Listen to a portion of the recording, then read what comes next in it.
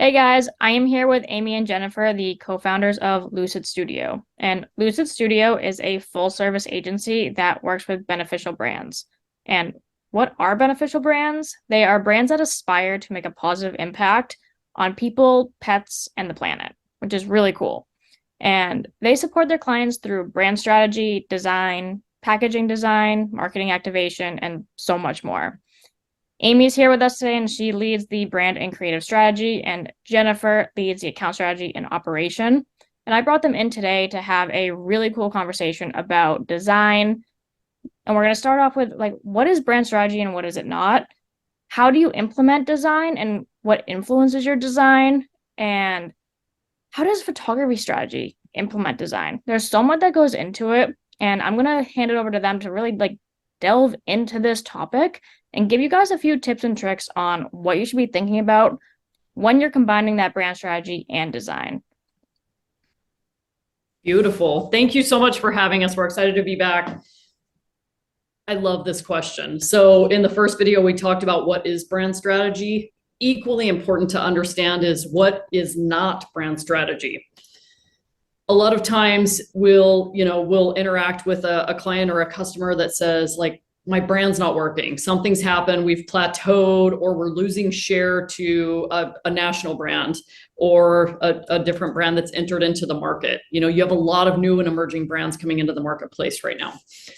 And they'll want to start with a packaging redesign. Packaging is just one aspect of a brand. Packaging design is the output of the brand strategy. So we always gently try to guide anybody back that's talking about just wanting to go straight into design, into really looking at the mechanics of their brand foundation, those guiding principles, to look at them and say, okay, has your target shifted? And we need to figure out who your new customer is and how we speak to them and how we show up for them. Did your brand promise, did you not meet your brand promise in certain areas? And we need to actually look at the product offerings or the claims that we have on the package. So there are all of these things that are incorporated into the brand strategy that impact the design and what we create around that brand expression that's a reflection of the strategy. It can be personality. This is where Carrington, to some of the things that we've talked about with you, photography. Photography is so important in expressing the emotions around a brand. The saying, a picture tells 1,000 words, is so true. I mean, we've heard it a million times. It's so true, especially in branding. A picture, a photograph alone tells so much about the essence, the spirit, and really the emotion behind your brand to help to bring it to life. Yeah, definitely. And one thing when it comes to branding and photography that I think people often forget is your photos need to fit where they're being placed. You may not use the same photo on your website that you're going to use on your packaging, which may not be the same as your marketing material because your layout's different, your hierarchy is different, your messaging might be different. So really creating that imagery to enhance the brand is vital versus just saying, here's some photos and let's see how they work. Yeah. Like switching that mindset to saying, here's our brand, this is what we need. How do we use the photography to take that to the next level?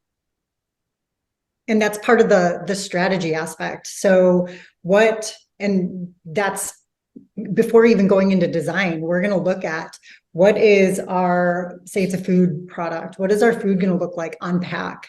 And then how is that pack even going to be shot for marketing? And what does that need to carry through too? So you have to have that cohesion that's on pack, of the pack, in market. How are things going to fit on web? How are things are their materials, all that kind of stuff. And that will go into the strategy because we're looking at the bigger picture. We're looking at what are all these elements that are needed, and we can set that those goals with it. We can set the mood, the tone, all of that go into that before we get into design. And in strategy, we may have a couple different directions that we're going to look at that design can go into.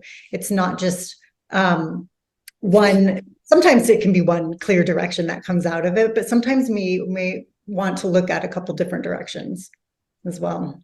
A great example of this is a brand, a retailer that Jennifer and I have had the chance to rebuild their entire strategy from the ground up, from mission, vision, values. We've had the chance to redesign their interior space completely, their brand, their website, everything. And so there's this beautiful continuity because we're working on all of these elements, including marketing elements. And the packaging design, you're talking about a small package in the cannabis space that you've got, very little space to communicate the key benefits and to bring the brand to life. Whereas we can utilize the website and their social media presence to really bring to life that lifestyle photography, because a part of the brand strategy is that cannabis is a part of a lifestyle. It can help people to feel more relaxed in social situations, to find greater rest. And so there are all these beautiful benefits that we're able to bring to life through the lifestyle photography strategy that is very well defined. So that's a really good example of how we can use photography to bring a brand to life in a greater way. Yeah, no, it is definitely a huge conversation that I think we're just hitting the surface on. There's so much more that really goes into it, And I mean, if you guys had to give out just like a few quick 3 tips to somebody who's starting to think about this, and how do you align that branding in that photo, whether they're trying to find somebody like you to help them or they're just figuring it out on their own right now and they're just figuring out that direction. What are some tips you would give them to say, this is where you need to get started? A few tips that come to mind for me immediately are always looking at trends. Trends in photography strategies are shifting. And when I say look at the trends, it doesn't mean you look at those trends and you follow them. Be aware of the trends that are happening in photography. For example, we'll go back and forth in trends from having a very diffuse and soft background to, a full frame of really beautiful, high definition detail, as an example, or silhouette imagery versus lifestyle. So you see all of these trends emerge and shift and change. Be aware of them and know for your category and your brand, do you need to follow some of those trends with your own unique twist and aspect to your brand? Or do you need to go in a different direction so that you're bringing something new and fresh?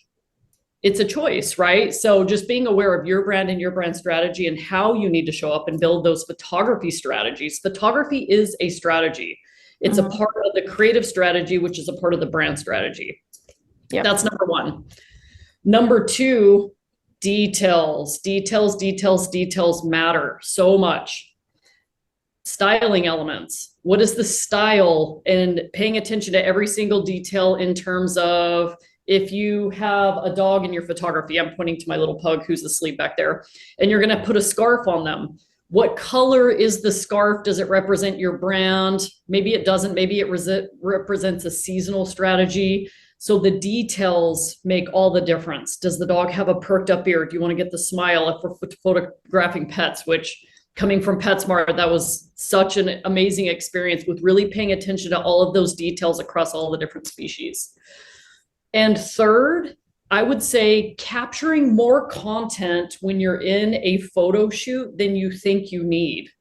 So capturing the close-up image and then also capturing the zoomed out image, because you may use that photographic asset to place some copy or some verbiage over for an advertisement. So capture what you need. And then while you're there, you've got the stylist there, you've got the photographer there, the lighting is all set up. Capture more than you think you'll need, because I promise you'll use it.